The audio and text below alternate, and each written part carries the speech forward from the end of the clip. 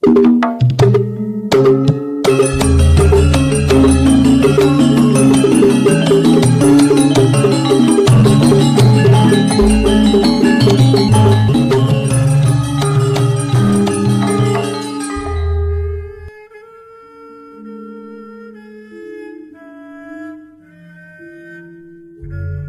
Ibu, para kadang kinasih simbah-simbah lan adik-adik, para rama, suster, bruder, berkah dalem Gusti. Sugeng rawuh wonten ing PDSK channel menika. Kados pundi kabar panjenengan? Mugi-mugi bagas kasarasan, kesehatan, kawilujengan tansah mengku kula panjenengan sami anggenipun nglampahi gesang ing dinten menika. Lan mugi-mugi lumantar panglimbang basa Jawi waosan Injil kula panjenengan sansaya saged nggayuh iman kapitadosan ingkang leres lan mantep. Langkung-langkung anggenipun kula panjenengan mujudaken iman kapitadosan bangun pepantan mendo-mendo dalem. Jejering murid dalem Gusti ngersakake kula panjenengan menika anggenipun gesang wonten ing pepantan.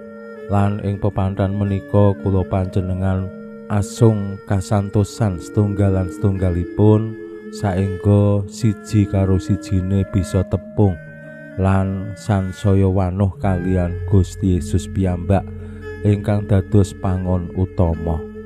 Awit Gusti mratandani para murid dalem menika kados mendo-mendo dalem. Mila anggenipun murid-murid dalem kula panjenengan sami gesang nggih wonten ing pepantan, wonten ing persekutuan, ing kumpulan. Yen wonten mendo sing dhewe utawi gesangipun piyambak menika diwastani tersesat, awit ora ana ing pepantan, ora ana ing kumpulan mendo-mendo dalem. Semanten ugi yen wonten mendo-mendo sing jane le ngumpul ning kandhang kene kok ning kandhang liya, saged ugi diwastani tersesat. Wonten ing pepantan kandhang kene ora dikenali ana ing pepantan kandhang liya. Gusti ngersakake supados kula panjenengan mendo-mendo dalem menika pitados ing panjenengane. Lan menapa ingkang dados dawuh dalem temtu lajeng kula panjenengan estokake. Waosan Injil ngajak kula panjenengan supados anggenipun gesang wonten ing pepantan menika linambaran katresnan, linambaran kapitadosan. Pramila monggo kita pirengaken sabda dalem Gusti ing dinten menika lan kita wiwiti kanthi sembahyang sawetawis. Konjo ing asma dalem Yang Rama saha Yang Putra tuwin Yang Roh Suci. Amin. Suawi sami munjuk Gusti Yesus sabda dalem Yang Rama ingkang sampun manjalma mugi karsa ngantika dhateng kawula wonten ing asepen ing telenging manah kawula. Kabika kekiyatan lan panglipur ingkang manjing ing sabda dalem kapenuwana kawula mawi ro ing kawicaksanan dalem. Mugi-mugi srana anggen kawula maos lan mirengaken sabda dalem kawula sansaya nunggil ing sampeyan dalem. Amin. Waosan Injil kapetik saking Injil Yohanes bab 11 ayat 21 ngantos dumugi 30. Nalika samono pinuju riyaya berkahan padaleman suci ing Yerusalem lan beneri mangsa bedhidhing. Gusti Yesus tindak-tindak ana ing padaleman suci ing Srambi Suleman. Wong-wong Yahudi nuli padha ngrubung lan matur, tasih sepinten dangunipun anggen kula kedah ngantu-antu. Menawi panjenengan menika mila Sang Kristus, kula aturi blaka suta dhateng kula. Gusti Yesus paring wangsulan, kowe wis dak blakani, nanging kowe ora ngandel. Pakaryan sing dak tindakake atas asmaning Ramaku iku sing aweh paseksen mungguing aku. Nanging kowe ora ngandel, awit kowe ora klebu wedhus-wedhusku. Wedhus-wedhusku ngrungokake swaraku lan aku ngerti marang wedhus-wedhusku lan wedhus-wedhusku padha tutburi aku. wedhus-wedhusku mau dak paringi urip langgeng, saklawase ora bakal katiwasan, lan ora bakal ana wong sing ngrebut saka tanganku. Awit ramaku sing maringake wedhus-wedhus mau marang aku luwih agung tinimbang sapa wae. Ora ana wong sing bisa nyolong wedhus-wedhus iku saka asta dalem. Aku karo Rama iku siji. Makaten sabda dalem Gusti. Suawi sami munjuk. Gusti, kawula munjuk sembah nuwun karana sabda dalem. Sabda dalem dadosa obor ingkang madangi margining gesang kawula. Katuntuna kawula sageta sabda dalem menika numusi manah ngantos tansah ngrembaka kangge nggayuh gesang ing swarga.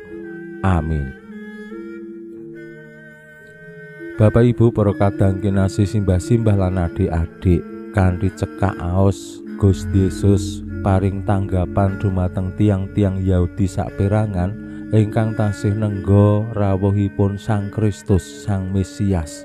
Injih menika tokoh ingkang dipun jebati dening Allah bakal paring pembebasan paring luar dumateng umat Israel, termasuk tiang-tiang Yahudi ingkang dados anak turune wong-wong Israel.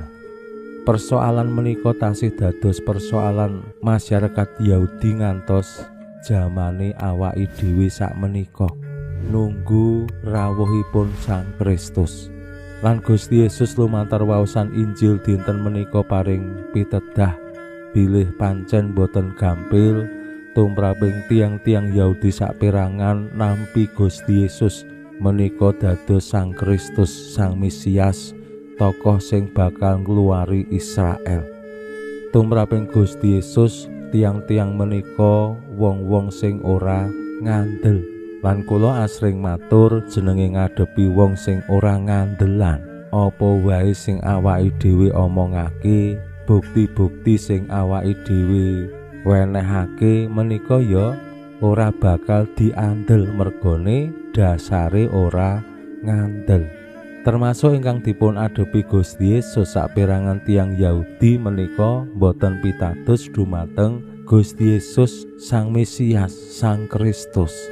Saengga nggih menapa kemawon ingkang dipun paringaken Gusti Yesus bakal ya ditolak, ora bakal ditampa. Termasuk maneka warni pakaryan-pakaryan dalam Gusti ingkang dipun tindakaken atas asmaning Allah.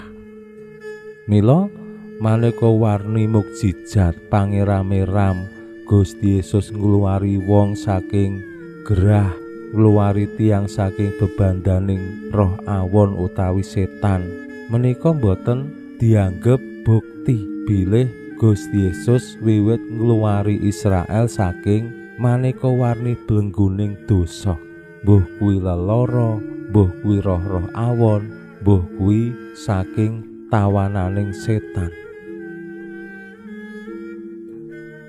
Mila saking sabda dalem Gusti menika tumraping kula panjenengan ingkang sepisan kados pundi tansah njagi ngrawat kapitadosan dumateng Gusti Yesus ingkang dados Sang Kristus Sang Mesias sing dijebati dening Allah paring luar marang kula panjenengan sami, langkung-langkung luar saking bebandaning dosa.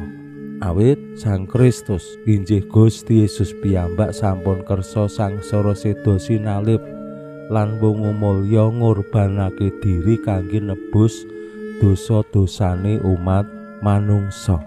Kapitadosan menika dasar anggenipun kula panjenengan bangun gesang lan sejarah wonten ing alam donya menika.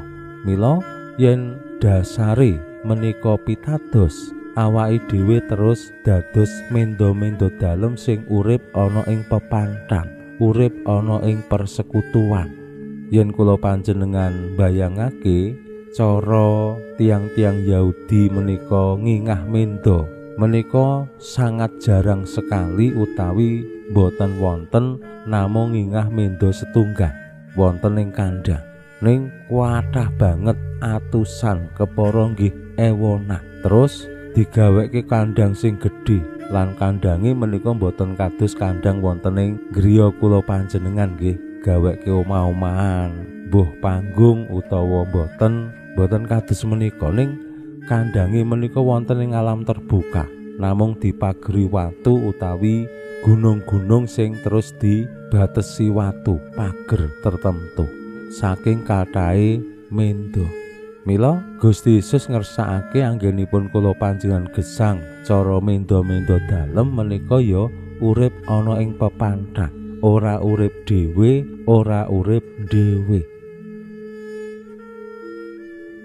Lan yen kula panjenengan bandingake kalian umpaminipun Injil Lukas bab gangsal welas nggih, bab tiyang sing kagungan mendo 100 terus sing siji kuwi dhewe ora ana ing pepanthan kaanggep tersesat utawi ilang.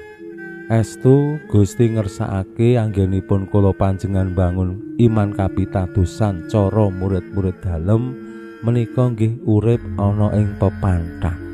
Aja ngasih awake dhewe dadi murid dalem Gusti, dadi wong Katolik, dadi warganing pasamuan menika tetep kekeh urip dhewe lan dhewe, terus ya sakarepe dhewe. Pinuji Allah sak menika sarta ing salami-laminipun, salam sehat, salam bahagia, salam katentreman. Lan mugi-mugi lumantar panglimbang dinten menika kula panjenengan tansah jinangkung ing berkah dalem Gusti ingkang Maha Kuwasa, Hyang Rama saha Hyang Putra tuwin Hyang Roh Suci. Amin.